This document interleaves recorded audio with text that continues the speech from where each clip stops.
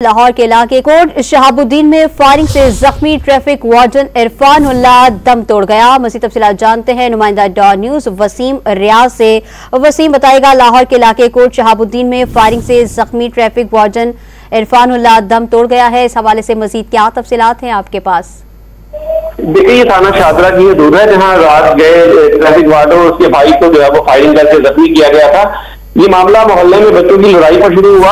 बच्चे जब आपस में लड़ रहे थे तो दोनों भाई जो ट्रैफिक वार्डन है इरफान उल्लाह और उसका भाई, ये जो है मामला दफा दफा करवाने के लिए मौका पर गए तो बच्चों के साथ जो बड़े थे उन्होंने जो है वो दोनों पर फायरिंग शुरू कर दी। फायरिंग से दोनों ही भाई शदीद जख्मी हुए, जिनको तिब्बी इमदाद से अस्पताल मुंतकिल किया गया।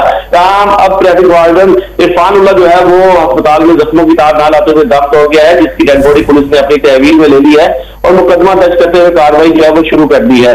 उनका कहना है कि मुलजिमान फायरिंग के बाद मौका से फरार हैं, ताहम उनकी गिरफ्तारी के इकदाम किए जा रहे हैं। जल्द उनको गिरफ्तार कर लिया जाएगा। दूसरी तरफ ट्रैफिक वार्डन भी शहीद हुआ है, उसकी डेड बॉडी पोस्टमार्टम के बाद बोर्सा के हवाले जल्द कर दी जाएगी। जी, वसीम रियाज हमें तफसीलात से आगाह कर रहे थे, आपका शुक्रिया।